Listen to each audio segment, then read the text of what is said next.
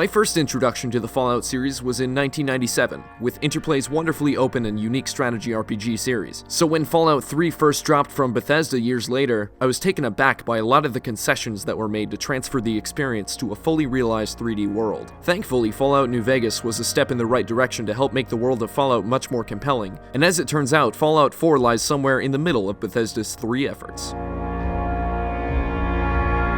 With Fallout 4, Bethesda returns to the "Where is my family member" storyline that began with the great search for Liam Neeson back in 2008. You'll have a brief opportunity to take in pre-apocalypse life with your family, then it's off to the vault where you stay, frozen in hypersleep, for 200 years. Upon waking up, you're off on a Mel Gibson ransom-esque quest to find your son. The slight twist of unloading your character 200 years into the future makes for an interesting premise, but it never really fully commits. Oftentimes you'll encounter residents who are confused and can't believe you're from the old world, but those conversations quickly devolve into the matter at hand or another quest line. On the other side of the coin, since the world your avatar experiences is new, there's no need to play past games in this series outside of knowing the ins and outs of a few bits of lore fluff here and there. Even then, concepts are re-explained with reckless abandon. Without spoiling anything further, the main narrative is generally weaker than most of the side storylines, which isn't anything particularly new with Fallout. Players will start off doing odd jobs for various wastelanders, recruiting new companions and making enemies along the way, with a few twists and turns at the tale's midpoint. Eventually, you'll come across forms of synthetic life, which serves as the crux of a core piece of the story. Again, Bethesda's writing team never fully commits to the concept, it's just kinda there, with a few gotcha moments meant to elicit a response with mixed results. For those who are curious, yes, faction divergent storylines and endings are possible. Just like in the past, most of your excitement will come from roaming the wasteland on your own, discovering new abodes and secrets, which is far easier to do in Fallout 4. Small additions like playable retro games make discovery that much more meaningful, along with all of the coveted bobbleheads and comic books strewn about the overworld. The map is so huge and so diverse that there's a new secret boss or location waiting at every turn, and the addition of 12 total companions helps mix things up a bit. The companion system has been enhanced slightly, as it's now possible to issue basic fetch or interaction commands by clicking on their person and clicking on an object. You can also send them to a desired location after parting instead of leaving them to their own devices. It's very rudimentary, but it's a marked improvement. The main narrative clocks in at roughly 15 hours, but players could likely spend well over 100 in a single playthrough and still not find everything. Despite the puffing up of id Software's involvement with the combat systems though, it's relatively the same song and dance. While it's still possible to engage in active combat with an ADS mechanic, the VATS aiming system, which pauses your game and allows players to target specific body parts, is still king. Oftentimes I'd waste ammo shooting directly at a foe's head doing little damage, only to switch back to VATS and score a one-hit kill headshot. Bethesda has tried to make it a tad more action-oriented with critical shots that can be used every so often, but it feels like a half measure. The good news here is that if you loved Fallout's combat before, you'll feel right at home.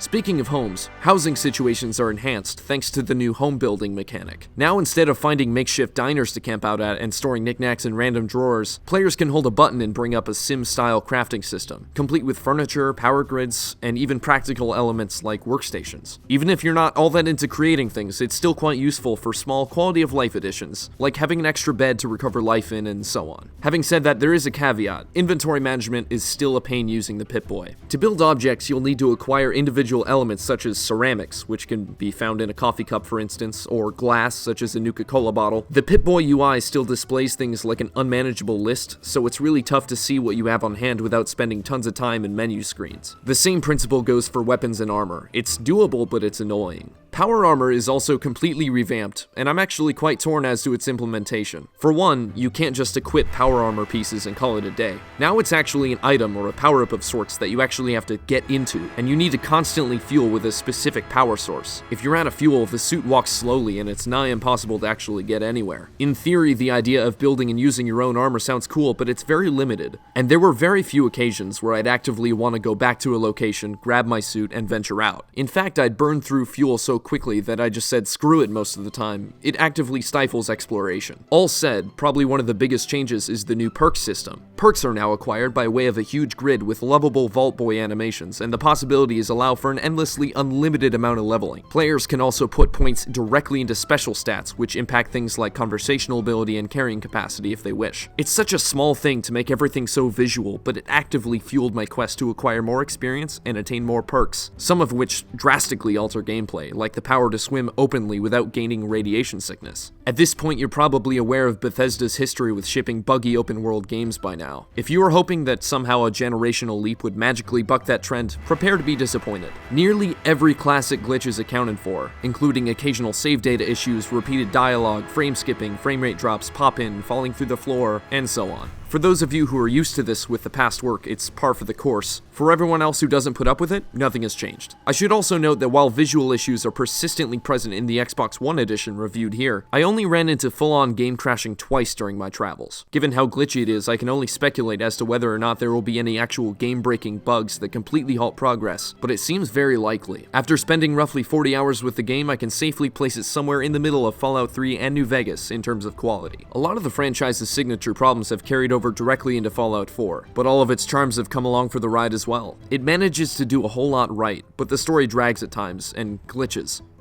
never change. For the full review of Fallout 4 written by Chris Carter, check out Destructoid.com.